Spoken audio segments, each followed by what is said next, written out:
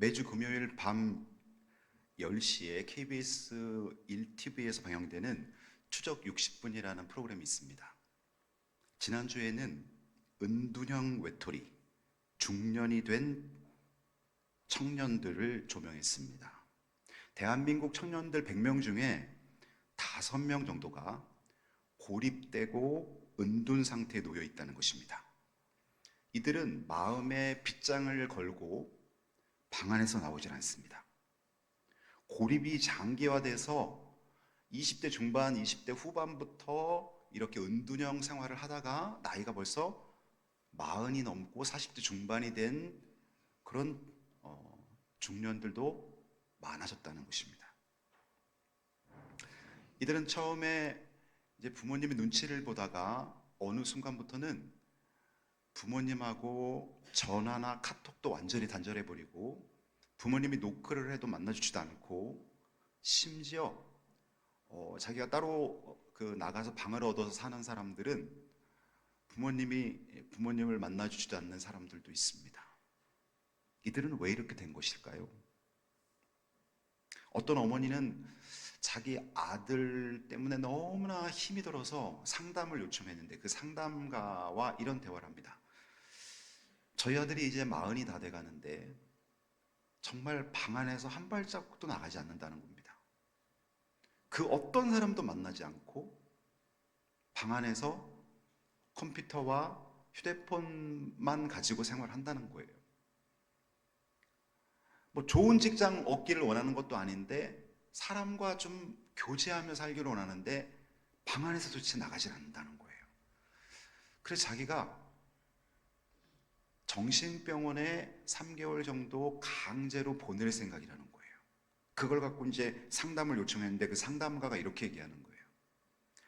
어머님께서 가슴 아파하는 건 이해하지만 만일 강제적으로 이 청년을 정신병원에 입원시키면 다시는 어머니가 아들을 보지 못할 것입니다. 못 볼 수도 있습니다. 그러면서 질문을 던지는 거예요, 상담가가. 어머니는 아들이 사회적으로 잘 되길 원하십니까? 아니면 개인적으로 행복하길 원하십니까? 둘 다지요. 근데 꼭 하나만 선택한다고 하면 어떤 걸 선택하시겠습니까? 그러니까 엄마가 펑펑 우는 거예요. 펑펑 울면서 본인이 행복해야지요. 그러면 조금 더 기다려주세요. 그 아이의 마음에 사회와 단절된 그 마음의 빗장을 열 때까지 조금 더 인내하며 기다려주세요. 이렇게 얘기를 하는 거예요. 그러면서 그 프로의 결론 부분에서 이런 얘기를 합니다. 우리 대한민국이 은둔 고립이 심각해질 수 있는 최적의 나라라는 거예요. 뭐 일본도 이런 현상은 벌써 빨리 진행돼서 일본에는 5080이라는 말이 있어요. 80대 부모가 50대 된 솔로 자녀를 같이 데리고 사는 이런 층들이 굉장히 많아요, 일본에. 우리나라가 그런 부분을 따라가지만 우리나라는 전 세계적으로 청년들이 은둔 고립할 수 있는 최적의 나라라는 거예요. 그 이유를 이렇게 말합니다. 우리나라는 경쟁적인 사회 분위기, 정형화된 삶의 시간표, 끊임없이 뭔가를 하지 않으면 살아남기 힘든 능력주의가 우리의 사회에 팽배해 있다는 거예요. 아니, 서양 같으면은 뭐 그 사람이 나이가 30대 중반이든 40대든 뭐 그런 거 전혀 관심도 없고 개의도 안 해요. 우리는 나이가 한 30대 중반 되면 얘는 왜 결혼 안 하지? 한 40이 되면은 주변 사람들이 막 걱정을 너무 많이 하는 거예요. 그리고 사회적으로 얼마나 경쟁이 심합니까? 운동을 잘하는 사람도 있고 공부에 달란트가 있는 사람이 있고 예능에 달란트가 있는 사람이 있고 장사에 인간관계를 잘해서 사업에 재능이 있는 사람도 있는데 우리나라는 그냥 그 성적과 학교의 공부로 아이들을 평가하는 이런 그 잣대가 너무나 강한 거죠.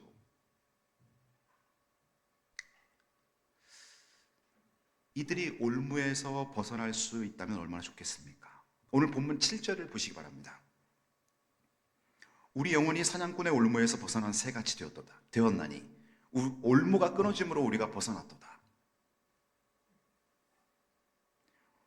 오늘 우리 삶에도 이런 보이지 않는 올무가 있다는 것입니다. 여러분 설교를 들으시면서 나에게는 어떤 올무가 있는지 발견하셔야 됩니다. 내 자녀에게는 어떤 올무가 있는지 한번 하나님 주신 그 통찰력으로 오늘 은혜 받으시기 바랍니다. 현대인들은 과거의 상처, 실패에 대한 두려움, 사람들의 시선, 끝없는 비교, 물질에 대한 욕망, 용서하지 못한 마음, 끊고 싶어도 끊을 수 없는 중독, 이런 것들이 올무가 돼서 우리를 꽁꽁 묶고 있다는 거예요. 근데 여기서 중요한 것은 올무가 왜 생겼느냐 이겁니다. 누가 올무를 설치했느냐? 오늘 7절에 보면 사냥꾼의 올무라는 말이 나오죠. 우리 영혼이 사냥꾼의 올무에서 벗어난 새같이. 바로 이 사냥꾼은 영적으로 보면 하나님의 대적자, 마귀라고도 하고 사단이라고도 하는, 영어로 말하면 사탄. 그 사탄이 올무를 놓아 인간으로 하여금 하나님을 예배하고 기쁨과 감사와 평안으로 서로 사랑하며 살아가야 되는 인간에게 올무를 놓아서 단절시키는 거예요. 하나님과 단절시키고 가장 가까운 옆에 있는 사람하고 교제 못 나누게 하는 거죠. 여러분 사람 인자 다 아시잖아요. 이렇게 사람 인자 한문으로 보면 서로 의지해야만 살 수 있는 존재가 사람이라는 거죠. 사람 인자가 이렇게 생겼잖아요. 이렇게 서로 의지해야만 살 수 있는 존재인데 단절이 일어나는 거죠. 하나님과 단절, 사람과의 단절. 그러면 사람은 호흡은 하고 있지만 죽은 거와 같은 거예요. 사탄은 오늘도 다양한 올무를 가지고 우리를 묶으려고 합니다. 그 첫 번째가요, 비교와 열등감의 올무입니다. 남하고 자꾸 비교하려고 그래요. 내 자녀들도 다른 집 자녀하고 자꾸 비교하려고 그래요.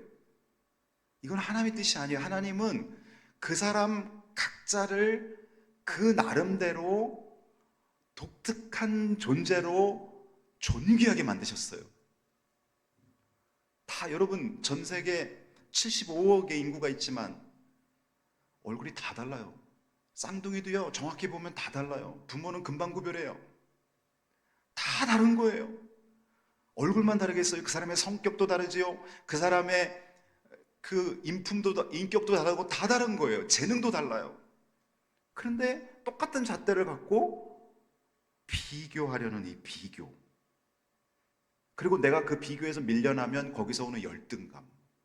이런 것 때문에 비교와 열등감이 우리를 꽉 올무처럼 올가맵니다. 여기서 벗어나셔야 돼요, 여러분. 여러분 각자가 지니고 있는 정말 다른 사람에게 없는 그 무언가가 있어요. 그걸 발견하시고 여러분 자녀에게도 발견하시고 축복해 주시고 하나님께 그걸 갖고 영광 올려드리게 해야 됩니다. 대화를 하다 보면요, 열등감이 많은 분들은 이게 상처받을 말이 아닌데 말 한마디에 상처를 받아요. 왜? 열등감이 있기 때문에 그런 거예요. 아무것도 아닌데 열등감 때문에. 학력에 대한 열등감이 있는 분들은요, 누가 뭐 학력과 관련된 거, 뭐 자녀들 또 이런 성적과 관련 이런 얘기하는 거 굉장히 상처를 받아요. 외모에 열등감이 있는 사람은요, 다른 사람이 외모로 자기보다 좀 잘생기고 준수한 외모를 갖고 있는 사람들에 대해서 싫어해요. 근데 그건 하나님의 뜻이 아니잖아요. 두 번째 올무는 물질과 성공의 올무라는 게 있어요. 더 많이 가지려는 욕심, 끝없는 경쟁 속에서 우리가 지쳐갑니다.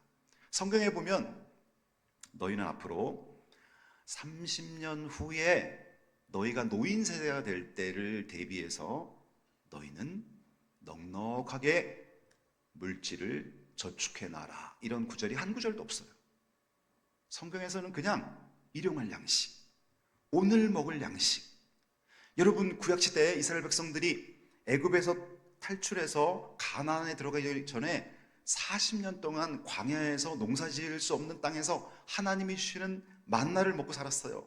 근데 그 만나는 일주일분, 한 달분을 한 번에 거둬들이지 않았어요. 매일 나가서 그날 먹을 것만 거둬들이게 했어요. 하나님이 왜 이렇게 하셨을까요? 그리고 만나를 왜 하루만 지나면 부패되게 만들었겠어요? 매일매일 하나님이 주시는 은혜로 살면서 감사할 수 있게끔 그 감사의 마음과 하나님을 의지하지 않고는 살 수 없는 하나님과의 그 긴밀한 친밀성을 느끼게 하기 위해서 하나님 그렇게 만드신 거예요. 그러니 여러분, 우리가 물질에 대해서 하루 먹을 양식이 있으면 감사하며 살 수 있어야 된다는 거예요. 더 많이 가지려는 욕심 때문에 내가 힘들어질 필요가 없다는 거예요. 크리스찬이면서 많은 사람들이 20년 후를 생각하고 30년 후를 생각하고 심지어 자식에게는 큰아들한테는 뭘 남겨주고 둘째 아들한테는 뭘 남겨주고 이런 거 고민하는 분들이 많아요. 그건 성경과 반대로 가고 있는 거예요. 그런 것들로 인해서 내가 하나님 앞에 조금 더 시간과 물질에서 쓰임받으면서 영광 올려야 될 기회들을 못하고 있는 거예요. 그거 자체가 옮은 거예요. 물질과 성공에 대한 올무. 여러분, 성경 2독, 3독, 어떤 분은 10독 이상 하셨죠? 성경에서 너희는 사회적으로 성공하라. 그런 구절 찾아보셨어요? 그런 구절 한 구절도 없어요. 그것은 뭐냐 하면 세상적으로 비교하면서 경쟁에서 이기고 남들보다 우리가 흔히 사회에서 말하는 성공 자체에 하나님의 관심이 있는 것이 아니라 우리가 거듭난 그리스도인으로서 사회 곳곳에 들어가서 빛과 소금의 역할을 감당하면서 많은 사람들을 섬기고 많은 사람들을 치료하고 믿지 않는 나라에 복음을 전하면서 그 사람들을 구원해내면서 하나님을 인정하고 예배해 드리는 나라와 민족과 세계를 만드는 일에 헌신하라고 말씀하셨지, 내 이름을 높이 세우는 성공을 강조하지 않았습니다.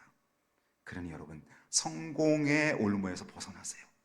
물질의 올무에서 벗어나세요.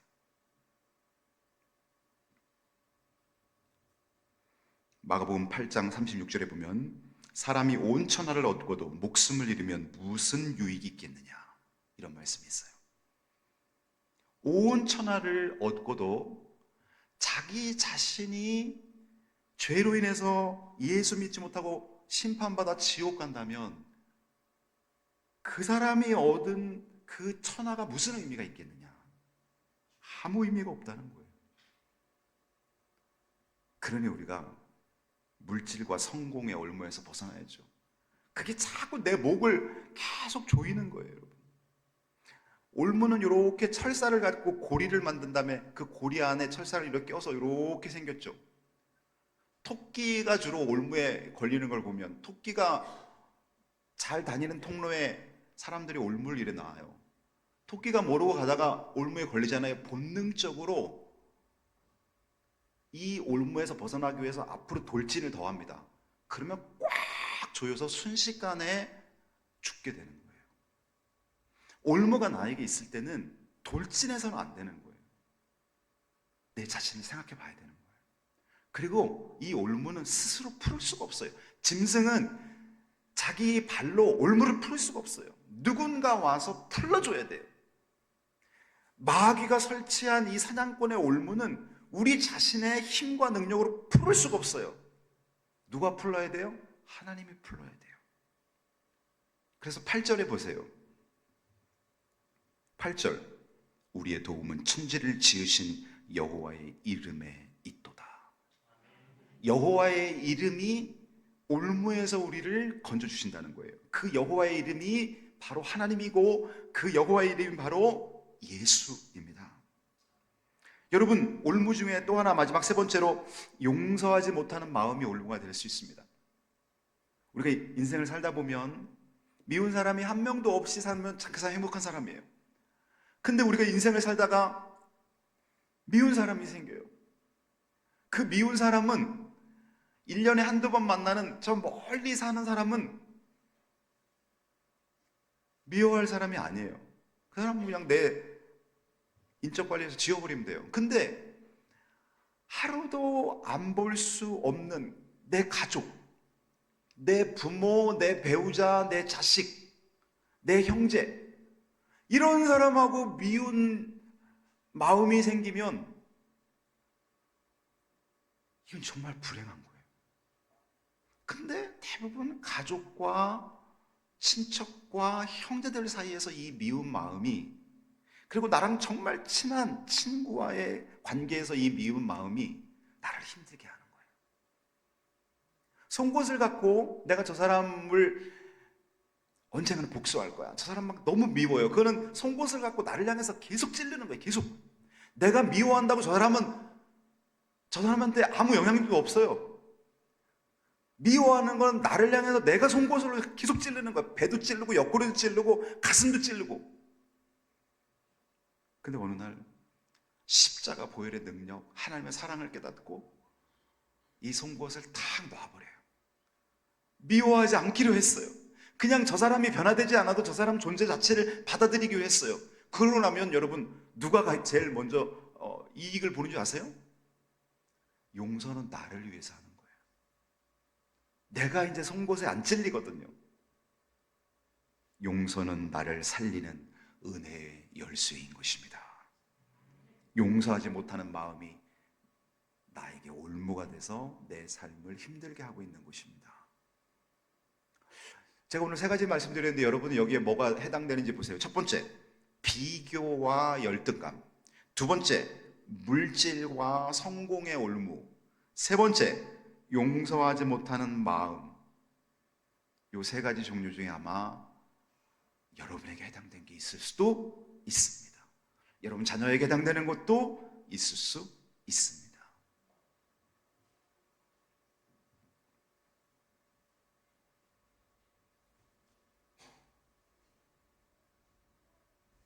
올무에서 벗어나는 길에 대해서 말씀드립니다. 오늘 우리가 8절의 말씀, 우리의 도움은 천지를 지으신 여호와의 이름에 있도다. 이 말은 하나님이 우리를 도우셔야 우리가 올무에서 나갈 수 있다는 거예요. 로마서 10장 13절에 보면 누구든지 주의 이름을 부르는 자는 구원을 받으리라. 이 말씀을 암송하고 가슴에 새기세요. 로마서 10장 13절 읽습니다. 시작.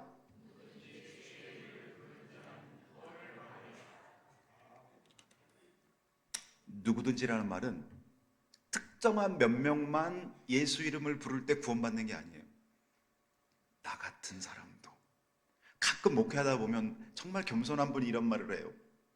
목사님, 저 같은 사람도 예수님이 용서해 주실까요? 그럼요. 그 말씀을 하시는 걸 보니 벌써 용서 받으셨어요. 오히려 내가 죄가 없다고 말하는 사람이 문제지, 나 같은 사람도 하나님 구원해 주실까요? 라고 말하는 자체는 벌써 구원받을 마음의 심령의 가난함과 애통하는 마음이 깔려 있는 것입니다. 그래서 예수 이름, 주의 이름을 부르는 자는 구원을 받는다. 여러분, 예수라는 복음성 찬양이 있어요. 여러분 잘 아시는 찬양이에요. 너무너무 은혜스러운 찬양이에요. 슬픈 마음이 있는 자, 같이 불러볼까요? 몸과 영혼 병든 자 누구든지 부르시오. 예수 이름 부르시오. 그 이름을 믿는 자, 그 이름을 부르는 자, 그가 어떤 사람이든 그는 구원 얻으리. 이 가사를 보면 예수 이름을 부르는 자는 구원을 받는다는 거예요. 예수, 예수, 오 능력의 그 이름 예수, 나 외쳐 부르네. 예수 예수, 오 구원의 그 이름 예수, 나 외쳐 부르네. 예수 그리스도. 이 찬양이 얼마나 힘이 있는지요. 우리가 올무에 빠졌을 때 예수를 불러야 됩니다. 그래서 올무에서 빠져나오는 길, 첫 번째, 주님의 이름을 부르는 거예요. 두 번째, 주님의 말씀을 붙드셔야 됩니다. 요한복음 8장 32절에 보면은 진리를 알지니 진리가 너희를 자유롭게 하리라. 어떤 사람은 진리를 알지 못하기 때문에, 성경 말씀을 알지 못하기 때문에 부적에 매여 사는 사람이 있어요. 그래서 부적을 여기 주머니에도 넣고 다니고, 부적을 지갑에도 넣고 다니고, 어떤 사람은 부적을 이불 속에 넣고 이불을 꼬매고, 베개 속에 부적을 넣고 배구 자고, 집 딱 출입문 앞에 부적을 딱 붙여놓고, 그리고 얽매이는 게 얼마나 많은지 몰라요. 뭐 이사 갈 때도 뭐 꼭 손 없는 날에만 가야 되고, 또 뭐 아주 오늘의 운세를 의지하는 사람들은 오늘은 동쪽 방향으로 있는 식당에 가서 식사를 해야 된다. 나는 오늘 갈비탕이 먹고 싶은데 갈비탕 집이 서쪽에 있다. 그럼 딴 거 먹으러 가요. 심지어 이런 사람도 있어요. 얼마나 불쌍한 거예요, 여러분. 진리를 알지니 진리가 너희를 자유롭게 하리라.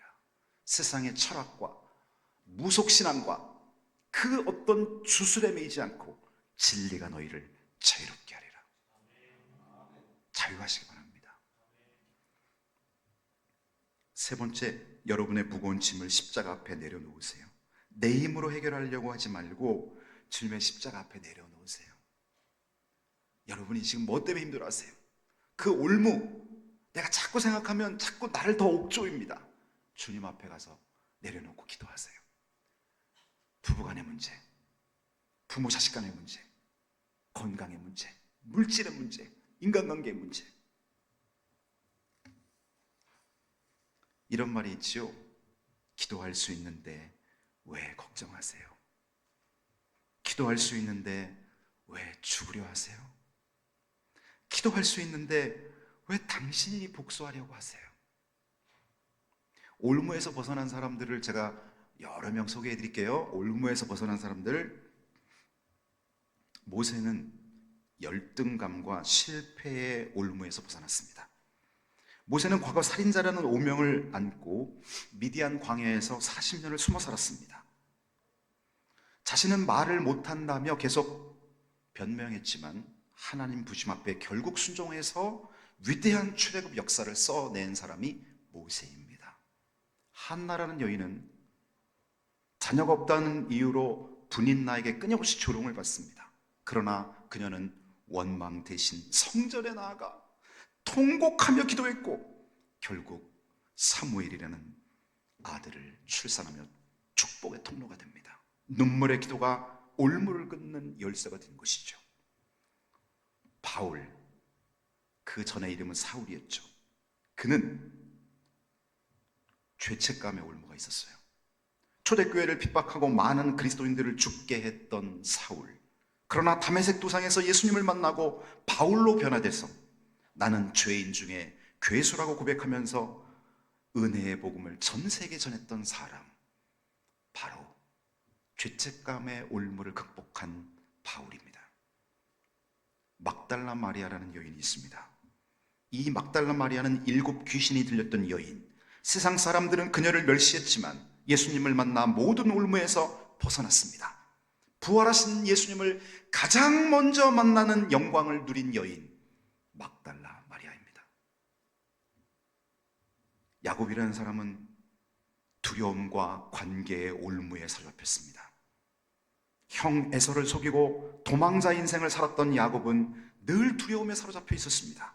그러나 약복강에서 하나님과 씨름하며 진정한 회개의 눈물을 흘린 후 형 에서와 화해를 하고 큰 은혜를 경험합니다. 다음은 베드로입니다. 실패와 자기 부인의 올무. 주님을 3번이나 부인하고 통곡하던 베드로, 그는 자격 없는 인생이라며 고기를 잡으러 돌아갔지만 부활하신 주님이 그 자기를 배신했던 베드로를 찾아가셨습니다. 그리고 사명을 주십니다. 내 양을 먹이라. 내 어린 양을 치라. 베드로는 그 목양 사명에 순종하여 초대교회 수많은 유대인들을 주님께 돌아오게 하는 신앙의 거부가 됩니다. 나사로, 그는 죽음이라는 절대적인 올무에서 하나님의 은혜로 살아납니다. 이미 무덤에 묻힌 나사로는 인간적으로 아무 소망이 없었습니다. 그러나 주님의 한마디, 나사로야 나와라, 이 음성을 듣고 죽은 배로 동인 채 나사로는 걸어나갑니다. 가늠하다가 잡힌 여인, 그는 정죄와 수치심의 올무가 있었습니다. 모두가 돌을 들어 죽이려 할 때 예수님은 그 여인을 향해 많은 사람들에게 이렇게 질문합니다. 너희 중에 죄 없는 자가 먼저 돌로 치라. 사람들은 다 죄책감을 느끼고 떠났습니다. 마지막 예수님이 그 여인에게 이렇게 말합니다. 나도 너를 정죄하지 아니하노니 다시는 죄를 범하지 말아라. 그녀는 참된 자유를 얻게 된 것입니다. 에스더는 죽음과 두려움과 침묵의 올무에서 벗어났습니다. 에스더는 왕 앞에 나아가면 죽을 수도 있다는 두려움에 갇혀 있었습니다. 하지만 그의 사촌 오빠 모르드게의 한 말, 내가 이 때를 위하여 왕후의 자리에 있지 아니하느냐라는 말이 마음을 돌이키게 만들었고, 죽으면 죽으리라는 믿음으로 왕 앞에 나아갔습니다. 결국 하만이라는 계략자를 나무 형틀에 못 박고 민족 유대인을 구원하는 여인이 됩니다. 삭개오는 탐욕과 외면의 올무에서 벗어납니다. 세리장으로 사람들에게 멸시받고 물질에 집착했던 삭개오는 키도 작고 마음도 작았습니다. 그러나 예수님이 삭개오야 내려와라, 오늘 내가 너희 집에 유하겠다는 그 사랑의 메시지를 듣고 내 소유의 절반을 가난한 자들에게 주겠다고 고백하며 탐욕과 외면의 올무에서 벗어났습니다.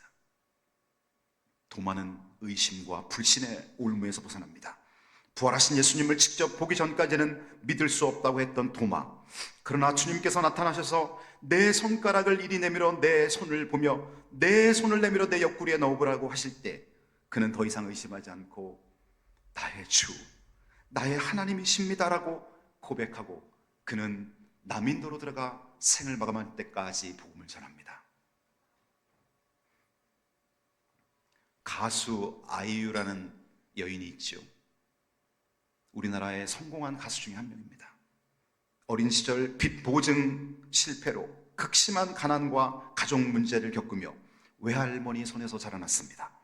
하지만 음악에 대한 열정을 포기하지 않고 결국 대한민국을 대표하는 싱어송라이터로 성장했습니다.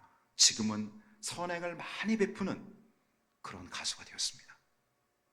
조혜련이라는 개그우먼, 화려한 방송생활 뒤에 이혼과 우울증으로 고통받았습니다. 신앙 안에서 인생을 다시 일으켰습니다. 그녀는 기도하며 울던 그날이 내 인생의 가장 큰 축복의 날이라고 고백합니다. 지금도 많은 간증 집회에서 하나님에게 받은 은혜를 간증하고 있습니다.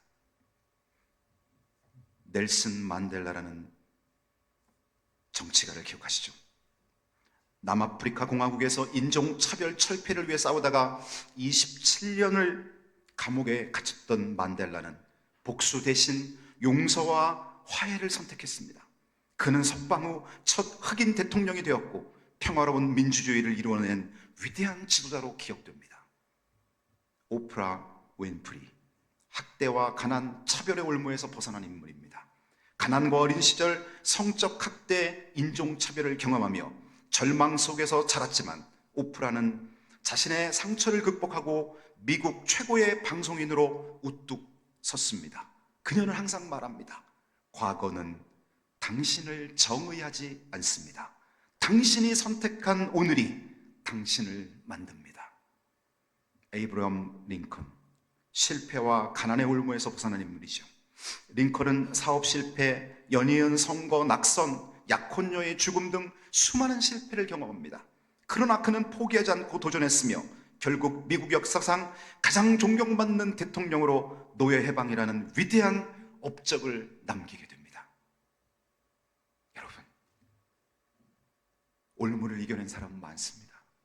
그러나 올무에 갇혀서 평생을 지옥 같은 삶을 사는 사람도 많습니다.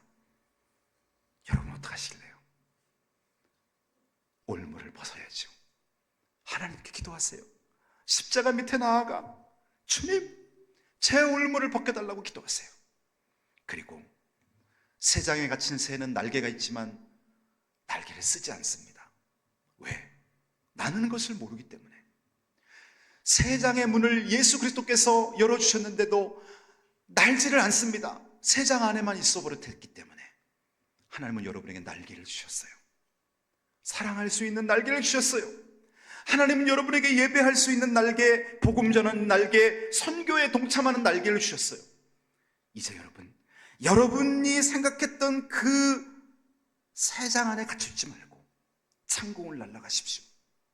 여러분의 남은 일생 사랑하며 살고, 섬기며 살고, 예배하며 살고, 전도하며 살고, 선교하며 사세요. 성공과 비교의식에 또 열등감에 올무에 매이지 마세요. 10년을 살아도 멋지게 살다 가세요. 돈이 없다고 멋지게 못 사는 거 아닙니다. 하나님이 여러분과 함께 하십니다. 기도하며 꿈을 키우세요. 여러분의 자녀들과 함께 세계 곳곳에 복음이 필요한 곳에 교회를 세우고 선교하고 많은 사람들에게 장학금을 주고 구제하는 꿈을 꾸시기 바랍니다. 새장 밖으로 날아가세요. 독수리가 멋진 날개를 갖고 있지만 1m도 안 되는 새장에 갇혀 있다면 그는 독수리가 아닙니다. 바람이 아무리 불러도 독수리 보세요. 자기 날개를 펼치고 바람을 이용해서 올라갔다가 내려갔다가 바람을 즐기면서 비행하지 않습니까? 세상에 그 어떤 시련이 있다 할지라도 하나님이 여러분이 주신 날개를 가지고 주님께 쓰임받길 바랍니다. 시간이 많지 않습니다. 지금 올무에서 벗어나야